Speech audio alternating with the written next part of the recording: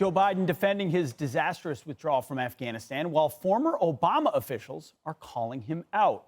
And Biden is admitting, well, he could have helped create a new terrorism safe haven.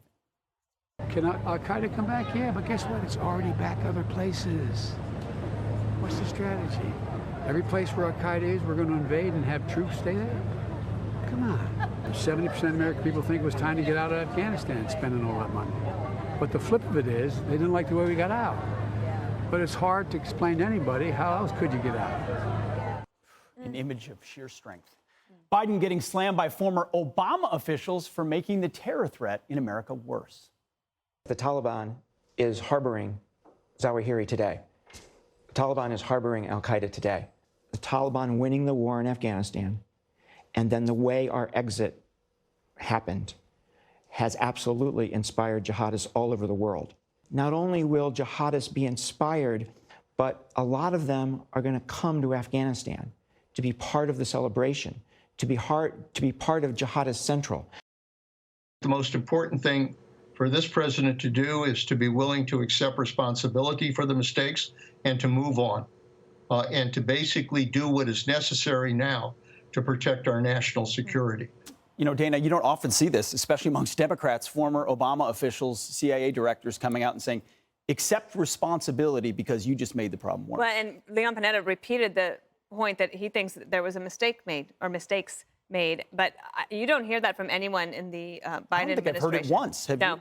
No, they've linked arms. It's Red Rover, send them over. And if you're sending over Obama people, it reminded me of something, though, Pete. Do you remember during the campaign when Robert Gates, former Secretary of Defense, when his book came out, and he said Joe Biden has never been right even once on any foreign policy issue in the last 30 years? Mm-hmm. So that's very strong.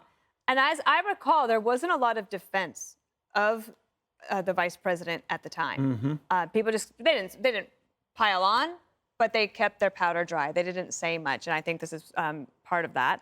I think Americans want to be on offense against al-Qaeda. When President Biden says, what were we going to do, invade every country that has al-Qaeda? No one's suggesting that. These straw men arguments are really frustrating. What Americans do expect is to be on offense against al-Qaeda wherever they are. And that doesn't mean invasion. And we can argue about Afghanistan and getting in and then the mission and all of that. But that, again, it's just a false equivalence there. The other thing I would say, the last thing is, it took the botching of the Afghanistan hasty retreat to bring Americans together. You now have bipartisan agreement that that people wanted to get out of Afghanistan, but that it was handled terribly on the way out, and they're embarrassed by it. They're humiliated. They want the Americans to get out, the green card holders and those vetted special immigrant visas who helped us, for them to be able to get out, and it doesn't look like that's happening anytime soon, especially for those SIVs. And the last bipartisan point is that people do not feel more safe today than they did before 9/11.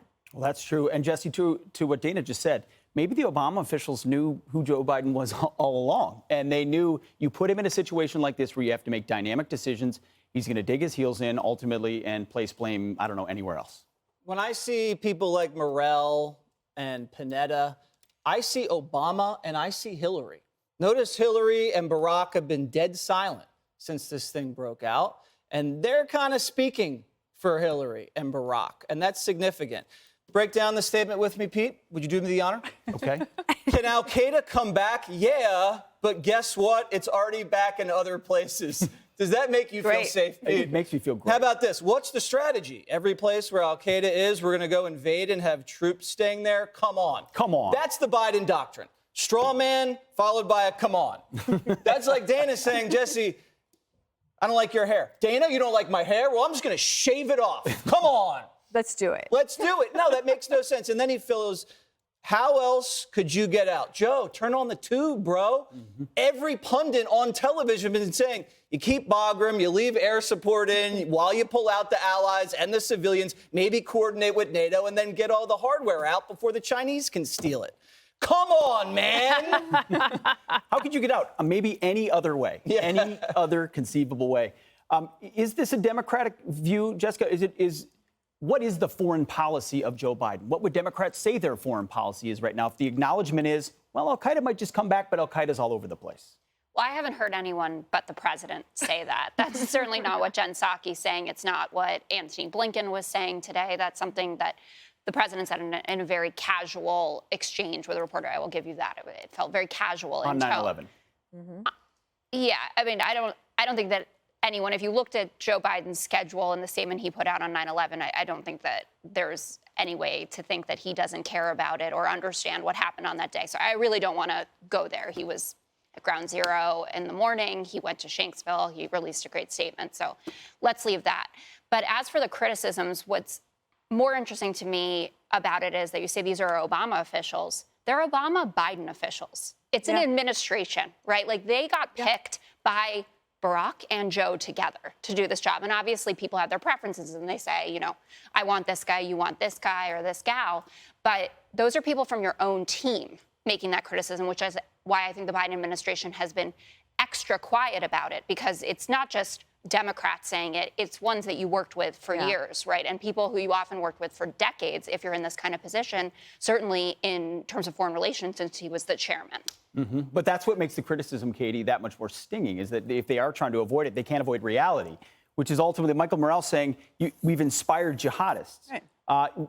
Could Joe Biden actually act to take on al-Qaeda and this administration if necessary? Of course he could. I mean, that's why we have the U.S. military. We have the capability to do this.